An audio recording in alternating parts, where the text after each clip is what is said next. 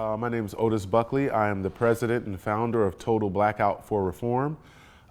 We were founded in 2014, and the overall goal of our organization was to put an end towards police brutality / police murder, as well to get every single police officer in America to have to wear body cams.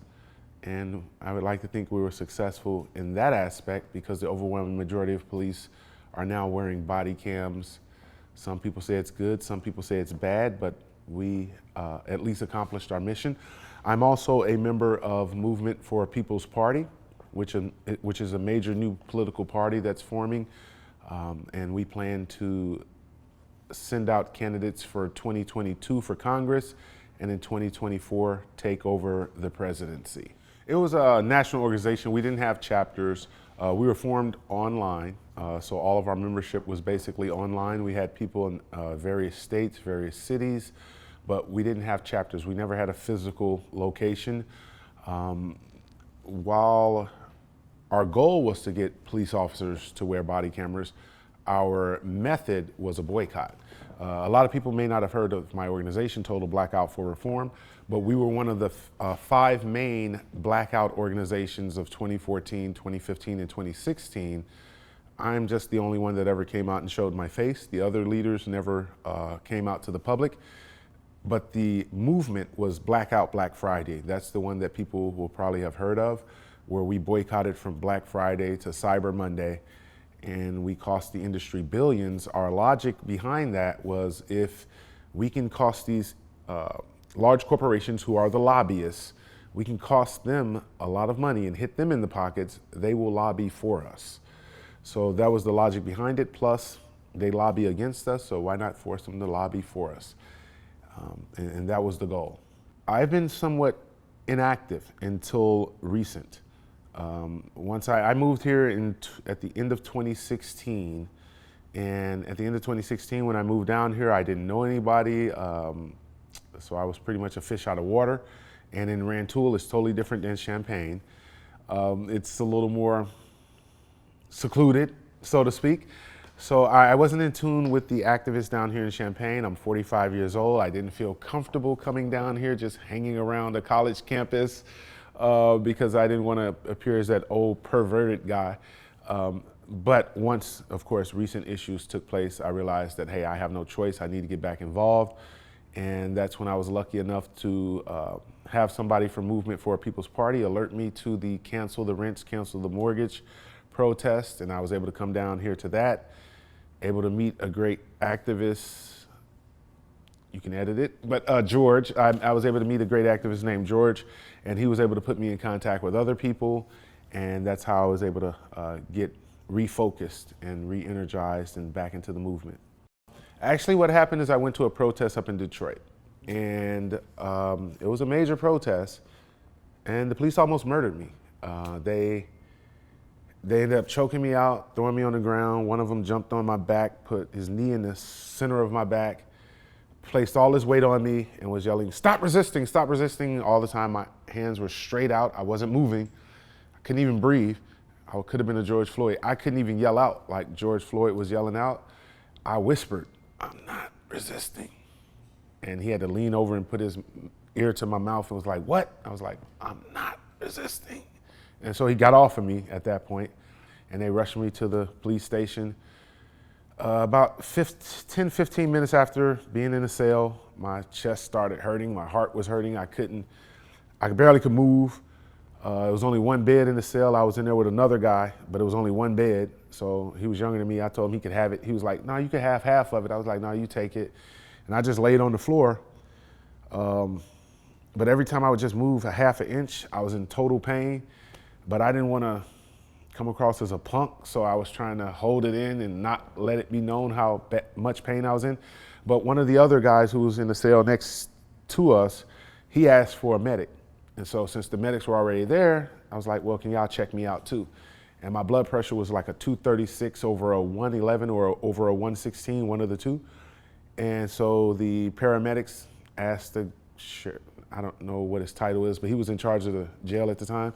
Like, "What is he charged with?" They didn't even have a charge for me. They had to create a charge. He was like, "Let me check." because I hadn't did anything wrong. So they came back and said I was blocking the street or something like that, which was ridiculous because I was on the grass when they did what they did to me. But anyway, the paramedic said, well, since it's a minor charge, will you release him to us? And he agreed, and they released me to the emergency room. They gave me some medicine. The pain went away. But by me being from Illinois, I told them, I need to get back home because I have to work tomorrow. And they was like, no, we need to keep you here. It was like, well, if you want to leave, you're going to have to sign yourself out. So I had to sign myself out against doctor's orders. And when I got back, I don't want to say, well, I can only use the word I felt at the time, somewhat disgusted, because I felt more people should have went with me than the people that did. And it was just me and one of my friends from Chicago that went, but I have a car, so I could have fit at least two or three more people, but they were afraid to go. Maybe they were right, because, I almost got killed, but at the same time, when I came back, I felt a little bit disgusted, because I was like, they're not as serious as I am, and here I am about to lose my life, and if I would have lost my life, who would have cared, and all of that. So all of that stuff was going through my head. And then I found a great deal on a house down in Rantoul, $12,000 for a 2-bedroom house with minimal damage. And I knew how to fix it up. I was like, I can't pass that up. So I'm moving and I'm out of here. And then I came down here and, tried to be normal.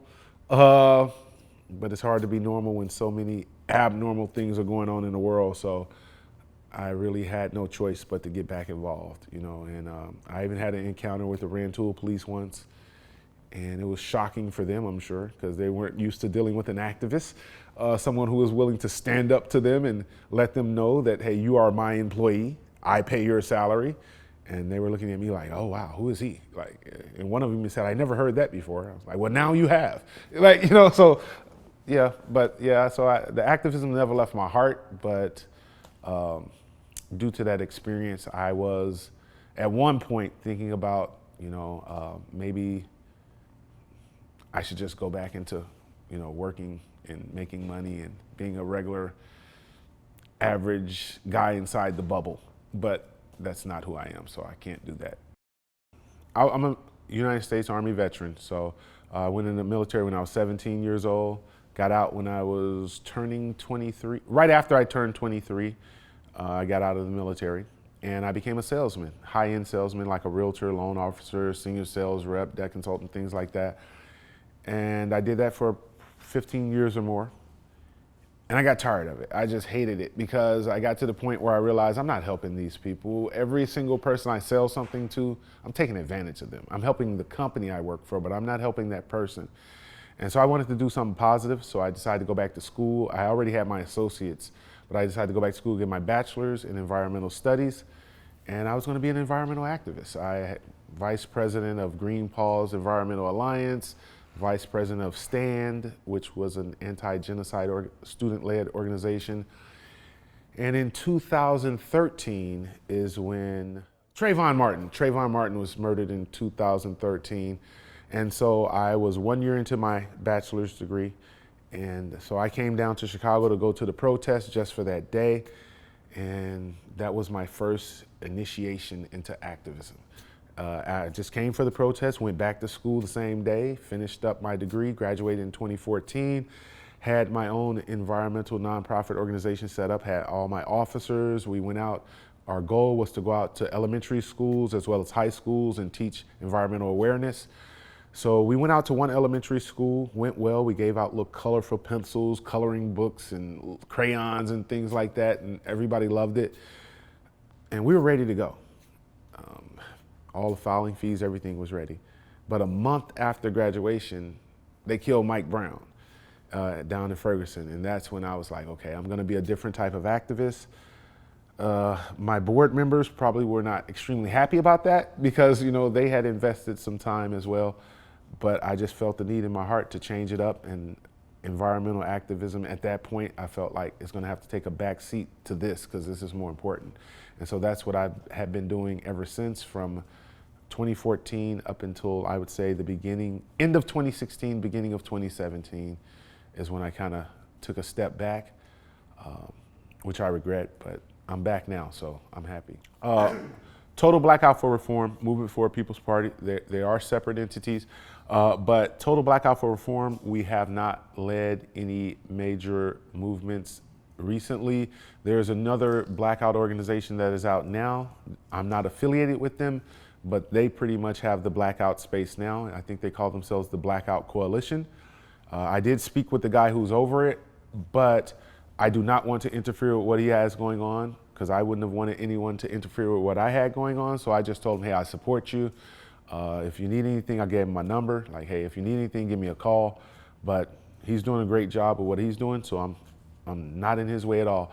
Movement for a People's Party, we do have an event coming up July 11th.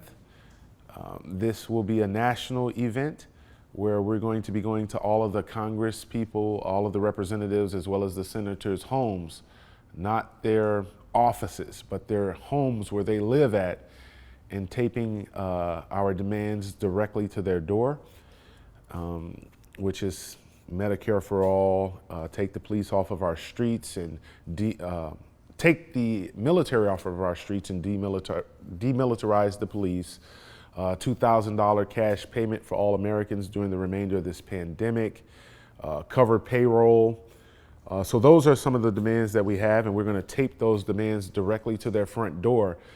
Just basically letting them know, you're just like us. You're no different than us. You are an American citizen. You live, you eat, you sleep, you breathe just like we do. And you need to take care of your citizens, There's no way the government should be bailing out these large corporations and just saying, forget the citizens.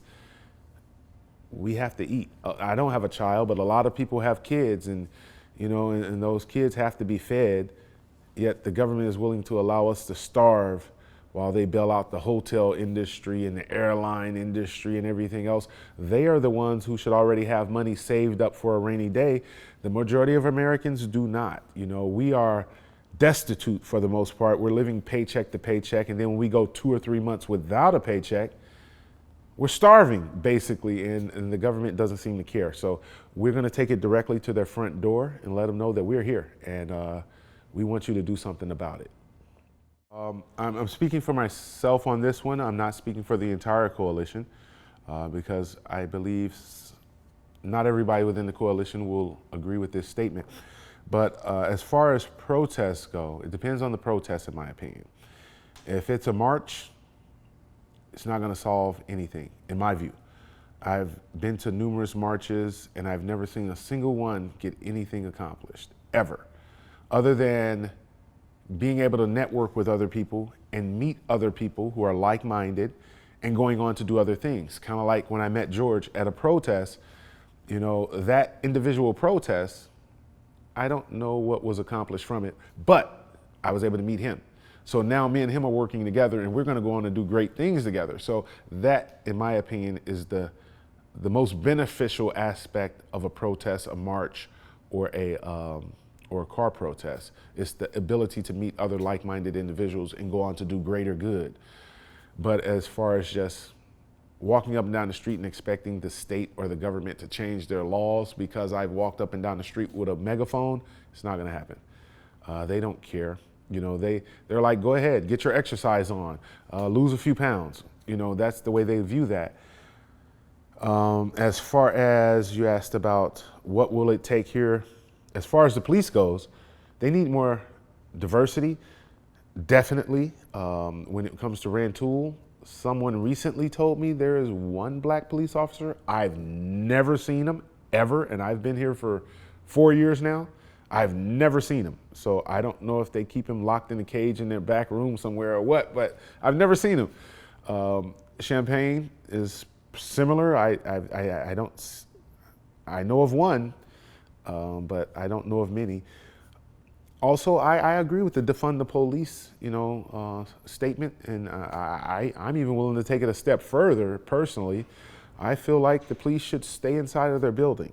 I don't feel that they should ever be roaming around communities, just driving around, looking for someone to prey on and, victimize. Stay inside your building. You only come when we call you. If we don't call you, you don't come. We don't need you. So why are you here?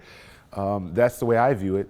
And I think that would create a lot of change, and it would free up a lot of money because we would not need as many police officers. If they're staying inside of their building, we only need a few of them there. Protects the environment. They're not releasing all of this CO2 from their gas pipes just roaming all around the community. Let those cars sit there idle until we need you. And if we don't need you, don't come. Leave us alone. We'll take care of it. As long as if it's something serious, we'll call you, but if it's not serious, we don't need you. That's how I feel. Well, first, I love it. I love what Minneapolis is doing, LA, I think Seattle as well. But I love that. Take that money from the police and use it for the people. We don't need more enforcement, we need more prevention. And that's the way the money should be used. The money that they take from the police, use that towards prevention, use that towards job training or actual jobs or something along those lines. People commit crime because they see no other option. You provide them with other options, they don't have to commit crime. If there's no crime, there's no need for police. So invest that money in prevention as opposed to enforcement. That is my whole total stance. What will it take for that to happen here in Champaign? My honest answer is twofold. One is, I'm not 100% certain, but I can go by what happened in other locations. And unfortunately, what it took in those locations are things that I don't personally do, but I didn't tell anyone else not to do it. And that was to become a little more aggressive in their approach. And that level of aggression is what created the necessity for them to start defunding the police. All while I was out there and I was peacefully protesting and only using my megaphone, they never defunded anything. But when the youth stepped forward this time and they said, hey, we're gonna be far more aggressive with our approach and we're gonna take it to another level, that is when things started to happen. So I give a huge shout out to the youth and a huge thank you to them as well, because if they didn't do what they did, whereas I don't necessarily love viewing it, I love the fact that they were able to get stuff accomplished. So catch-22 for me, but that may be what, I don't want to say that's what needs to happen because I don't want to see it happen, but it was effective. I'll put it that way. What they did was effective. My view as of right now is stay inside your building, but that's like a transitional phase. I would love to see the police completely abolished and the community be under complete community control. I believe that we can protect our own far better than they can because we'll do it with love as opposed to a strong hand. Like with Mike Brown, I fully believe that he would be alive today if that police officer knew how to talk to people. I wasn't there, but I have a theory. And my theory is the police officer rode upside him and told him, get the F out of the street. As opposed to saying, hey, do you mind walking on the sidewalk for me because I don't want to see you get hit by a car? If he would have said it in that way, Mike Brown would probably been like, okay, and just walked on the side of the street. But get the F out of the street. No one wants to be disrespected. And they think because they put on this uniform and this badge, that gives them a right to just disrespect anybody at will. And that's not the case. Like I said, I'm a veteran of the United States Army. I will not be disrespected by any cop, ever. I will put them in their place every chance I get. And if they decide to murder me for it, hopefully somebody will get it on camera. And I can make a difference in the world in the afterlife. Well, for me, it means the same thing locally as it does nationally. It's just a complete change, a complete overhaul of this entire system. The way the system is set up now is set up to disenfranchise everyone who is a part of the 98%, everyone, but especially disenfranchise black people. And so we need a complete overhaul of that. We need every single American citizen to be treated the same. We need every single American citizen to have the exact same rights. We need every single American citizen to be viewed in the exact same way. And that goes even a little bit beyond the police, but just in life in general. And I don't want to go too far off into outside of the police topic, but I'll give a quick example. If I go into a shopping center, say, and middle scale, I guess that would be like a Nordstrom's or something. That's not extremely, it's not Gucci, but it's not Walmart either. So if I go into a Nordstrom's and I'm dressed like I am today with a t-shirt and jeans on, there is a 70% chance I'll be followed around that store. If I go in with a shirt and tie on, there's still a 30% chance that I'll be followed around that store. But if a white person goes in with a t-shirt and jeans on, they probably 2% chance. So things like that needs to be erased from society. We need a complete overhaul of society and the way that people view people, you know, and I'm not just gonna say it's 100% white versus black, because I know the same thing could happen to a white person if they go into an all black neighborhood. They would probably get a few extra looks as well, and they might even get attacked if, you know, they run into the wrong person. But I could get attacked there too, so it's not exclusive to that. But I just think society needs change. A complete overhaul of society is what I view revolution as, to whereas we come out on the opposite end, where we can actually live what Martin Luther King talked about instead of continuing to talk about it. From my viewpoint, the beauty of the coalition is the diversity of it, because I'm the oldest member in the coalition. I'm 45 years old. The majority of the members are in their 20s, and so I can feed off of their energy, you know, and their passion, because they have a lot more energy than I do, you know, and I can feed off of that.